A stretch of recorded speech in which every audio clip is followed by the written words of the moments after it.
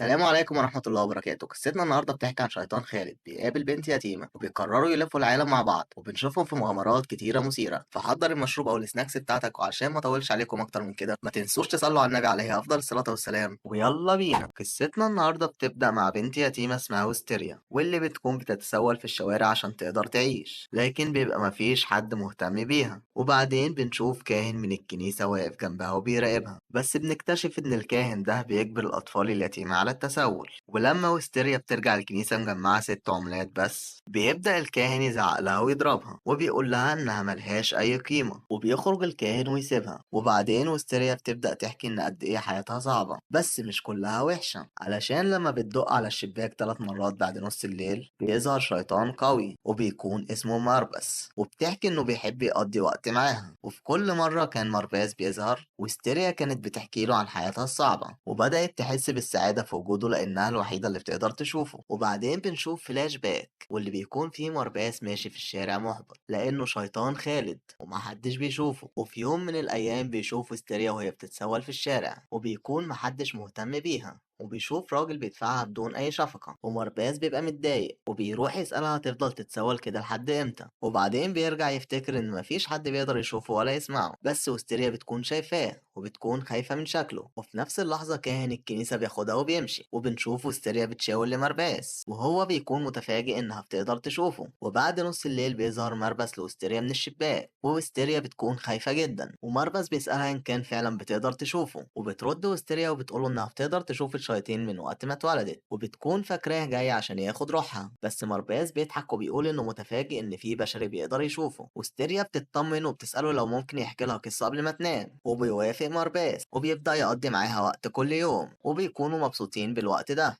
وبعدين الكاهن بيسمع إنها لسه صاحية بعد نص الليل، وبيبدأ يزعق لها تاني وبيهددها إنها لو ما جابتش فلوس بكرة هتتعاقب. وبيكون مرباس واقف وشايف اللي بيحصل بس مش قادر يساعدها لأن وستيريا بس اللي بتقدر تشوفه. وبعدين بيخرج الكاهن وبيبدأ مرباس يقول لها رغم إنه شيطان إلا إنه مش موافق إن الكاهن ده يستحق يتسمى أب، لأنه بيجبر الأطفال اليتيمة على التسول. بعدين وستيريا بتقوله إن الكاهن ده بيعتني بيها وإن الناس بيدوها فلوس بعد ما تسمع قصتها الحزينة. وبنشوف مرباس بيقتنع بكلام وستيريا. وبتعدي فترة وبنشوف الكاهن بيقول لوستيريا إنه باعها لراجل غني، ووستيريا بتكون مصدومة وحزينة. وبيتكلم الكاهن وبيقول إن التسول مش كفاية عشان يخليها تعيش معاه، وبيقول لها إن ده شغله، بيتبنى الأطفال اليتيمة ويبيعهم للأغنياء، وبنعرف إنه تاجر عبيد يعني. وبتكون وستيريا مصدومة بعد ما بتسمع الكلام ده، وبتروح لمرباس وبتحكي له عن اللي حصل وإنها مش عايزة تعيش كده، وبتطلب منه ياخدها المكان بعيد. بس مربس بيقول لها إنه ما يقدرش يعمل كده من غير مقابل علشان ده بيكون ضد قانون الشياطين. فوستيريا بتطلب منه إنه ياخد روحها أحسن بدل ما تستمر في المعاناة دي، بس مربس بيرفض وبيقول إنه شيطان خالد وإنه مش محتاج لأرواح البشر. وستيريا بتفقد الأمل وبتوافق إنها تروح لقصر سيدها الجديد. وفي نفس اللحظة بيظهر قدامنا الشخص ده وبيكون اسمه سنو، ومعاه صديقه تاكينامي، وبنعرف إنهم صائدين شياطين. ومربس بيكون واقف بعيد وبيلاحظ إنهم من منظمة فرسان السيف، وبيكون سنو متعصب وبيضرب في باب الكنيسة، والكاهن بيطلع يرد عليهم، بس سنو بدأ يهدد الكاهن وبيقوله إنهم بيتتبعوا شيطان وده وصلهم للكنيسة. وبيكون شاكك إن الكاهن عارف حاجة عن الشياطين، بس الكاهن بينكر، وسنو بيضربه وبيقوله إنهم عارفين هو بيشتغل في إيه هنا، وإن مفيش مشكلة إنهم يقفلوا له المكان ده. فبيرد الكاهن بسرعة وبيقوله إنه كان بيسمع وستيريا بتتكلم مع نفسها بعد نص الليل. وبعدين سنو بيسأل عن مكان وستيريا، والكاهن بيقوله إنه باعها لواحد غني وإنه شخص غريب وبيستمتع بتعذيب الأطفال. فسنو بيتعصب أكتر وبيضربه ضربة قوية جدا. وبعدين بنلاحظ إن ماربس سمع الكلام ده وبيتعصب جدا وبيروح بسرعة عشان ينقذ وستيريا. وفي نفس اللحظة دي بنشوف الراجل الغني بيدخل وستيريا غرفتها الجديدة، وبتطلع غرفة مليانة بأدوات التعذيب. والراجل الغني بيحاول يبدأ يعذب وستيريا، لكن وستيريا بتقدر تهرب وبتحاول تجري، بس الراجل الغني بيمسكها وبيقول إنها مش هتعرف تهرب من القصر ده. وبنشوف مارباس وصل للقصر وبيرمي شنطة فلوس على الأرض وبيقول إنه هنا عشان وستيريا. الراجل الغني بيرفض الفلوس وبيقول له إنه مستحيل يسيب شخص نادر زيها. وفجأة ماربس بدأ ينزل دم من بقه وجسمه بيظهر عليه علامات غريبة، وبتجري وستيريا على مربس، والراجل الغني بيحاول يمسكها بس مربس بيضربه وبيرميه بعيد، وبتروح وستيريا لمربس وبتسأله ليه بيعمل كده. مربس بيرد وبيقول انه كان فاكر انه زي من كل حاجة في الدنيا دي، بس الوقت اللي قضاه معاها كان السبب اللي قدر ينسى بيه شعوره بالملل. وبعدين بيقول لها انه كان اتخلى عن كل رغباته في الدنيا، بس دلوقتي بيتمنى يقضي وقت اكتر معاها. وفجأة باب القصر بيتقفل وبيظهر شيطان قوي، وبنكتشف ان الراجل الغني عامل عقد معاه، وبيحاول الشيطان يهاجم وستيريا بس مربس بيحميها، وبيبدأ يهاجم الشيطان بس جسمه بيبقى ضعيف، والشيطان بيقول لمربس انه مش هيقدر يهزمه من غير عقل لانه بيخالف قواعد الشياطين. بعد كده الشيطان بيستخدم هجومه الاخير، وفي اللحظة دي وستيريا بتعمل عقد مع مربس وبتقول له انها قررت تضحي بعينيها وان دي كانت اغلى حاجة ليها، وبيعملوا الاتفاق، وبيتحول مربس لشكله الحقيقي وبيدمر هجوم الشيطان بكل سهولة. والشيطان بيتفاجئ لما يشوفه وبيناديه بسيدي لان مربس بيكون واحد من شياطين الكوارث ال13، ومربس بيستخدم قوته وبيقتل الشيطان بضربة واحدة. وبعد كده بيطلع مرباس من القصر وهو شايل وستيريا، وستيريا بتقول له انها عايزاه يشوف كل حاجة جميلة في العالم، ومربس بيوعدها انهم هيكتشفوا مع بعض العالم وانه متحمس للرحلة زي كده لأول مرة. وبعدين بنشوف سنو وتاكينامي وصلوا لقصر الراجل الغني وبيهددوا، وبيعرف ان وستيريا هربت مع مربس. بعد كده سنو بيقول انه شوية كمان وهيقدر يشوف وستيريا وينقذها. وبالليل بنشوف سنو في مبنى قديم وبيكون قدامه شيطان خايف جدا منه، وسنو بيسأله عن الشيطان اللي شعره احمر، والشيطان بيجاوب انه مش عارف حاجة، بس سنو بيضربه وبيقتله قبل ما يكمل كلامه، وبيصرخ الشيطان وبيتبخر في مكانه. وفي اليوم اللي بعده بنشوف مرباس وستيريا وصلوا لبيت قديم في الغابة، وبتكون وستيريا مش شايفة حاجة، فمرباس بيقول لها تقعد على الكرسي، وهي بتكون مستغربة ان مرباس عنده بيت يعيش فيه، بس مرباس بيقول لها انه واخده عن طريق عقد مع بشري من زمان، والمكان بيكون محتاج يتنضف، وبيضطر مرباس ينضفه لان وستيريا مش بتشوف. وبعد ما بيخلص وستيريا بتكون جعانة، وبيقرر مرباس انه ياخدها المطعم وبيخليها تجرب فساتين كتير، بس مفيش حاجة بتعجب وستيريا، فبتطلب منه ياخدها للتسوق. وبيوصلوا للمكان، وبعد ما بتدخل المحل بتفتكر انها مش بتشوف ومش هتعرف تختار الفستان المناسب، وبتبدأ تدور على البائع عشان يساعدها، بس بتقابل بنت لابسة فستان اسود وفيه راجل معاها وبيكون الحارس بتاعها، والحارس بياخد باله وبيقول ان وستيريا مش بتشوف، بس البنت بتقوله يكون متواضع في الكلام. وبعد كده بنعرف ان اسم البنت ديانا، وان الحارس اللي معاها اسمه نابيريوس، وبنعرف ان ديانا من عائلة نبيلة، وبتبدأ تسأل وستيريا عن سبب وجودها هنا، وانه من الخطير انها تتسوق لوحدها في الحالة دي. وستيريا بترد وبتقول انها مش لوحدها وانها جاية مع شخص، وان الشخص ده هيجي ياخدها معاه. وديانا بتطلب منها انهم يتسوقوا مع بعض، وبتكون متحمسة جدا علشان اول مرة تتسوق مع بنت من سنها، وبيقرروا يختاروا ملابس مع بعض، وستيريا بتكون مبسوطة. وديانا بتطلب من نابيريوس يخرج ويرجع بعد ساعة. بعدين بنشوف مرباس بيحس بوجود شيطان قوي، وبنعرف ان الشيطان ده بيكون نابيريوس، وبيكون كمان من شياطين الكوارث ال13،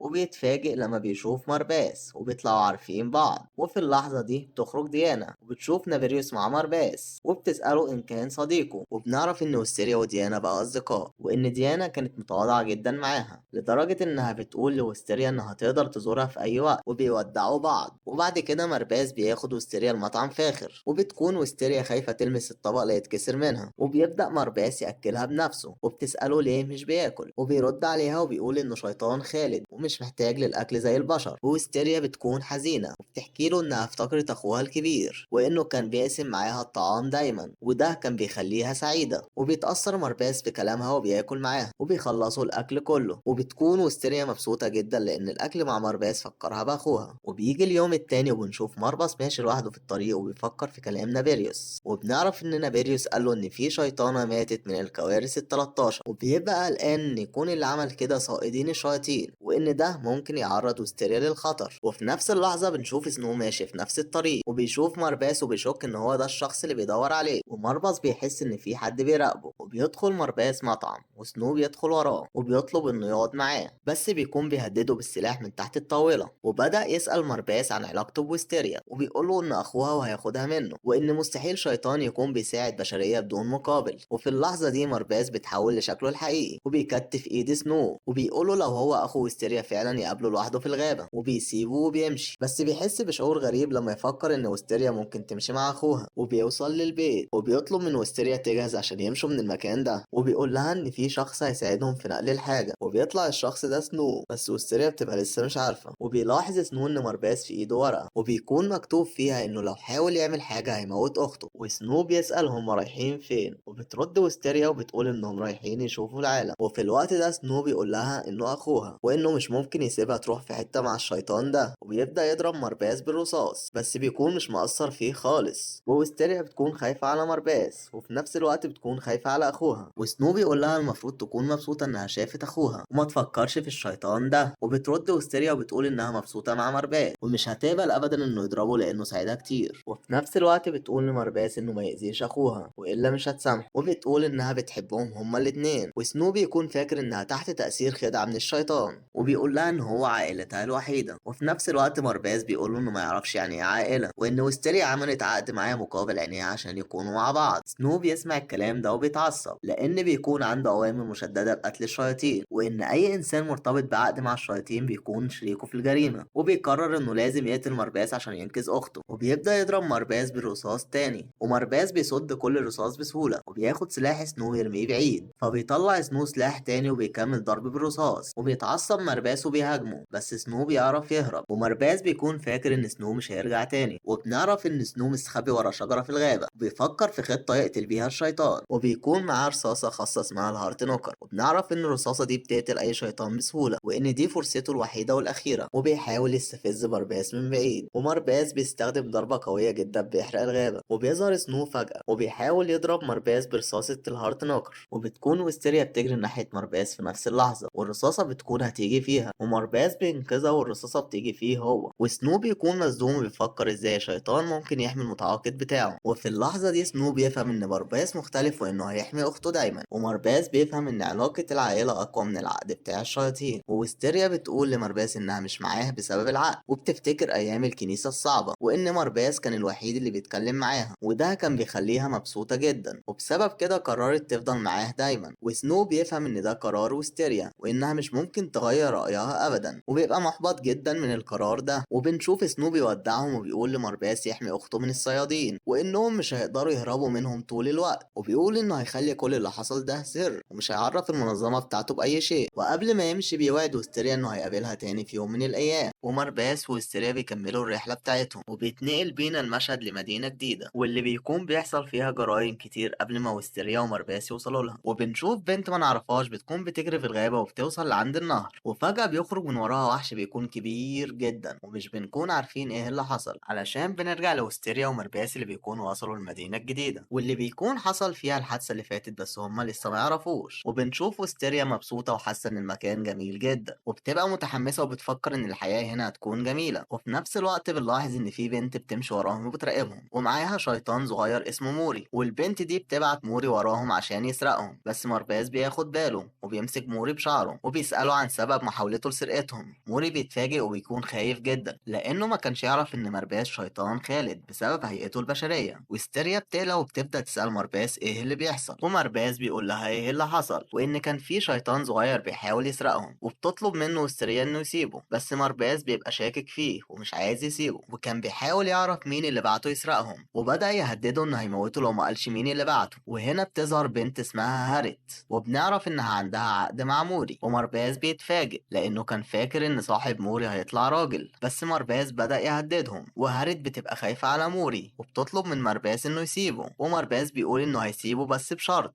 والشرط ده بيكون ان هارت تعزمهم على الغداء على حسابها. وطبعا موري وهارت بيكونوا مرعوبين وبيوافقوا على الشرط. وبعد كده بنشوفهم دخلوا مطعم وهارت بتحاول تطلب الاكل بس محدش بيرد عليها. وبعدين هارت بتدي المحفظة لمرباس وبتقول له يطلب هو الاكل، وبتوضح له ان الناس هنا عارفين انها بتسرق وعشان كده بيتجاهلوها كأنهم احسن منها. ومرباس بتفهم الوضع وبياخد المحفظة منها وبيطلب هو الاكل. وبعدين هارت بتاخد وستيريا تتكلم معاها على جنب، وبنلاحظ ان وستيريا بتكون سعيدة جدا. مارباس بيركز على المحفظة وبيلاحظ إن في حاجة غلط في هاريت. موري بيفهم إن مارباس لاحظ حاجة وبيطلب منه إنه يخلي اللي عرفه سر. مارباس بيوافق، وبعد ما بيخلصوا أكل بيرجعوا للفندق بالليل، ومارباس بيقول لويستيريا إنهم لازم يسيبوا المدينة الصبح. ويستيريا بتتفاجئ وبتكون حزينة لأنها مش هتشوف هاريت تاني بعد ما بقوا صحاب. بس مارباس بيبدأ يوضح لها إن المدينة دي مختلفة وفيها مشاكل كتير، وإن هو مش مرتاح للمكان هنا ولازم يسيبوا المكان في أسرع وقت. وبيقول لها إن هما يروحوا يقابلوا صديق قديم. فوستيريا بتبقى مبسوطة تاني وبتبدأ تتريق عليه وبتقول إنها مش مصدقة إن حتى مارباس عنده أصدقاء، وإنها مش قادرة تستنى إنها تشوف أصدقائه. وبعدين بنلاحظ إن موري بيتجسس عليهم وبيسمع اللي قالوه، وفجأة عينه بتنور وبيقول إنه مش هيسيبهم يمشوا بالسهولة دي. وفي اليوم اللي بعده بنشوف مارباس قاعد بيقرا عن الحادثة اللي حصلت في النهر، وبعدين بنشوف ويستيريا داخلة تتكلم معاه. بس مارباس بيتجمد في مكانه وبيبقى مش قادر يتحرك، وبنعرف السبب إنه بيبقى في هيئته البشرية لفترات طويلة. وويستيريا بتكون قلقانة عليه وبتطلب منه تأجيل السفر لتاني يوم. وفي نفس اللحظة بنسمع صوت بطن ويستيريا واللي بتكون جعانة وبتكون محرجة جدا، وبتقوله يوم واحد من غير الأكل مش هيضرها. وفجأة بتوصل هاريت ومعاها موري المكان، بس مارباس بيبقى مش مرحب بيهم. وهاريت بتقول إن موري هو اللي شجعها تيجي، ومارباس بيقول لها إنهم هيمشوا ومش مهتم بالكلام معاهم. ومش بيكمل كلامه وبنسمع بطن ويستيريا بتنادي تاني من الجوع. وهاريت بتضحك وبتقترح تاخد ويستيريا يشتروا أكل، بس بيكون مش معاهم فلوس والحساب هيكون على مارباس. مارباس بيحاول يرفض، بس بنسمع صوت بطن ويستيريا تاني، ومارباس بيغير رأيه ويوافق لأنه عارف إن ويستيريا جعانة وإن هو لازم يهتم بيها. وبعدين بنشوفهم بياخدوا جولة في المدينة وويستيريا بتكون مبسوطة جدا. وفجأة موري بيكون مصر إنه ياخدهم لمكان النهر، وده بيكون المكان اللي بتحصل فيه الجرايم وإن الناس بتختفي هناك وبتموت. وبنشوف موري بيطلب من هاريت إنهم يسيبوا ويستيريا ويمشوا، وهاريت بتكون مش فاهمة أي حاجة. وفي اللحظة دي بيظهر وحش عملاق من النهر، والوحش ده بيكون بيدور على هاريت وبيقول إنها البنت اللي مقدرش ياكلها. بعدين بنشوف ماربس بيحس إن ويستيريا في خطر، وفي اللحظة دي الوحش كان بيحاول يهجم على هاريت،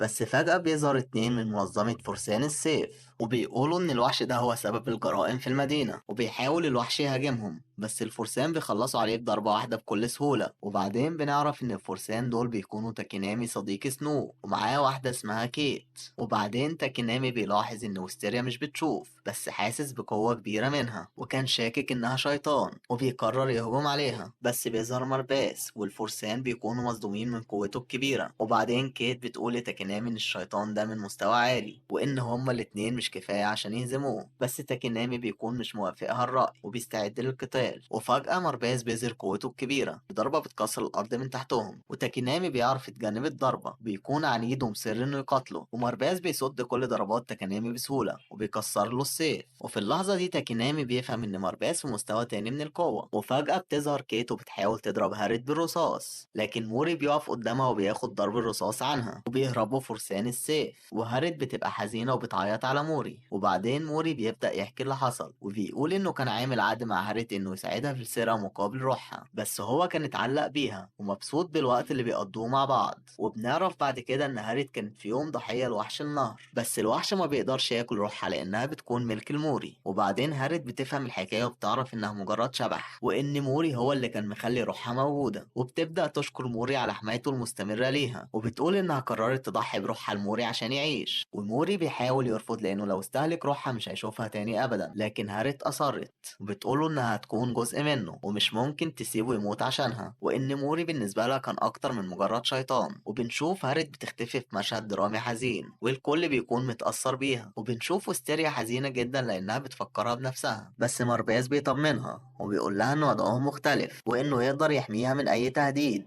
وبيوضح لها إن هاريت كانت بتبتسم في لحظتها الأخيرة بدون ندم. وبعدين بيتنقل بينا الوقت لقصر كبير في مكان كله تلج، وبنشوف نابيريوس بيتكلم مع ديانا وبيقول لها إنه قبض على شخص بيتجسس عليهم من فرسان السيف، وبيطلب منها تديله الأمر إنه يقتله. بس ديانا بتقوله ياخده برا القصر ويسيبه، ونابيريوس بيكون مش موافق وبيقول لها المفروض ما يسيبش أعدائها أحياء وإنه يقدر يقضي عليه من غير ما يسيب أي أثر. وبياخد الجاسوس وبيخرج وبيقول لها ما تنساش سبب العقد بتاعهم. وبعدين بنشوف ديانا بتفكر في نفسها وبتقول إنها أكيد مش هتنسى الهدف بتاعها. وبيظهر مشهد غريب بنشوف فيه جثث على سفرة الغرفة اللي هي فيها، وديانا بتقول إنها بدأت الحرب دي ومستعدة تكمل فيها لحد النهاية. وبعدين بنرجع تاني لمارباس وستيريا اللي بيكملوا رحلتهم، وبنشوفهم ماشيين في مكان كله تلج ومرباز بيقول لويستيريا تمشي أسرع علشان يوصلوا للمكان المطلوب قبل ما يجي عليهم الليل. وفي نفس الوقت مرباز بيكون بيشوف الخريطة وبيقول إن قصر ديانا قريب منهم، وويستيريا بتسمع الكلام ده وبتكون مبسوطة جدا. بس مرباز بيقول مش هيروحوا للقصر ده، وويستيريا بتحس بالإحباط تاني وبيكملوا في طريقهم. وبنشوف ويستيريا بتقع على الأرض فجأة، ومرباز بيكتشف إنها اتصابت بالحمى. وبنرجع تاني لقصر ديانا وبنشوف نابليوس بيحس بقوة شيطان كبيرة وبيخرج من الشباك، فبيلاقي مارباس ومعاه وستيريا على كتفه وبيكون منزعج وبيسأله عن سبب وجوده هنا. مارباس بيرد عليه وبيقوله إن ده مش الوقت المناسب للأسئلة وإنه محتاج مساعدة لوستيريا. وبعدين بنشوف وستيريا في غرفة القصر وديانا بتبدأ توبخ مارباس وبتقوله إنه من الواضح لما يخلي بنت صغيرة تمشي في التلج زي كده أكيد هيسبب لها المرض. وبنشوف نابيريوس بيضحك على مارباس وبيقول إن الشيطان الجبار بيتم توبيخه من سيدة صغيرة وإنه مجبر إنه يسمع التوبيخ ويفضل ساكت، وإن الموقف ده هيخليه يضحك لأكتر من 100 سنة. بيتعصب مارباس وبيرد عليه وبيقول إنه هيقضي عليه حالا. وفي اللحظة دي ديانا بتتدخل وبتوبخهم هما الاتنين وبتطردهم بره الغرفة. وبنشوف مارباس بيكلم نفسه وبيقول إن البشر ضعفاء جدا، ونابيريوس بيرد عليه وبيقول له المفروض لو عامل عقد مع البشر تحاول تعرف عنهم أكتر. ومارباس بيقول له إنه آخر واحد ممكن يسمع منه نصيحة، ونابيريوس بيقول إنهم موجودين في وقت مش مناسب وإن هما مشغولين بحاجات تانية. مارباس بيرد وبيقول إنه مش شايف خدم في المكان ولاحظ إن مفيش غير ديانا في القصر ده، وبيسأله إن كان ده من أسباب الحاجة التانية المشغولين بيها. بعدين بنروح لمشهد تاني وبنشوف سنو وصل لمقر فرسان السيف وبيبدأ يسأل عن الوضع في المكان، وهنا عرف إن القائد رجع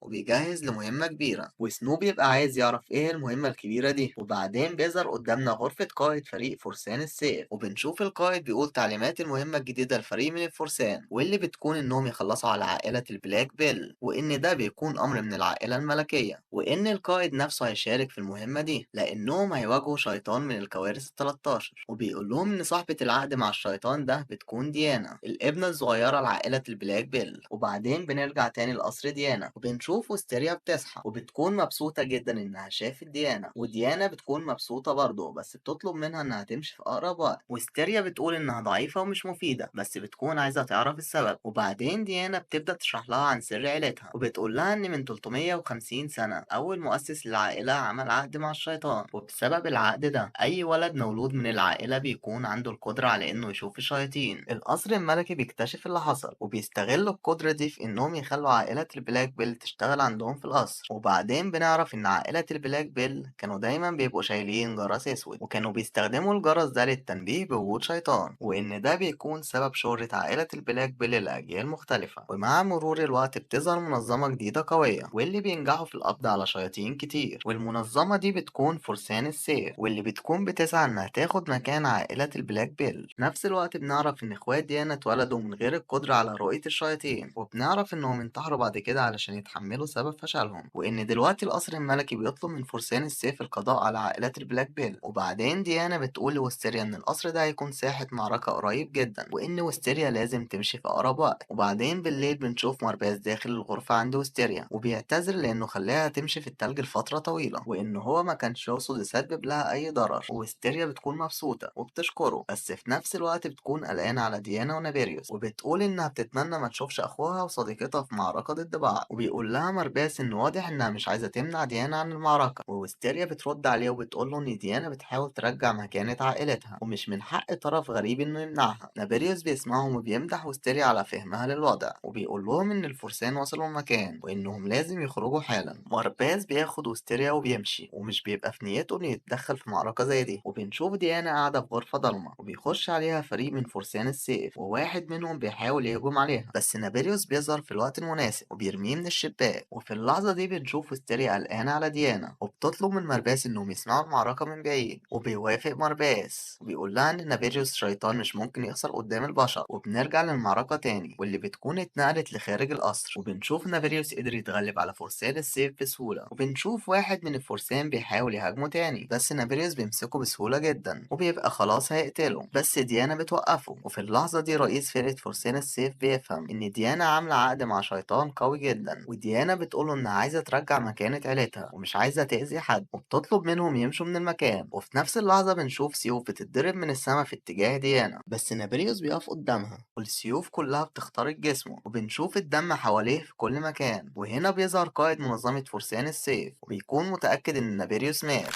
وبكده نكون وصلنا لنهاية الفيديو النهارده، بس مغامرات وستيريا ومرباس لسه مكملة معانا في الجزء اللي جاي، وهنعرف مصير ديانا ونابيريوس بعد ظهور قائد منظمة فرسان السيف. ولو انت وصلت معانا لحد هنا وعجبك الفيديو صلي على النبي في كومنت علشان اعرف، وما تنساش تدعمنا بلايك وتعمل اشتراك للقناة. ويلا سلام.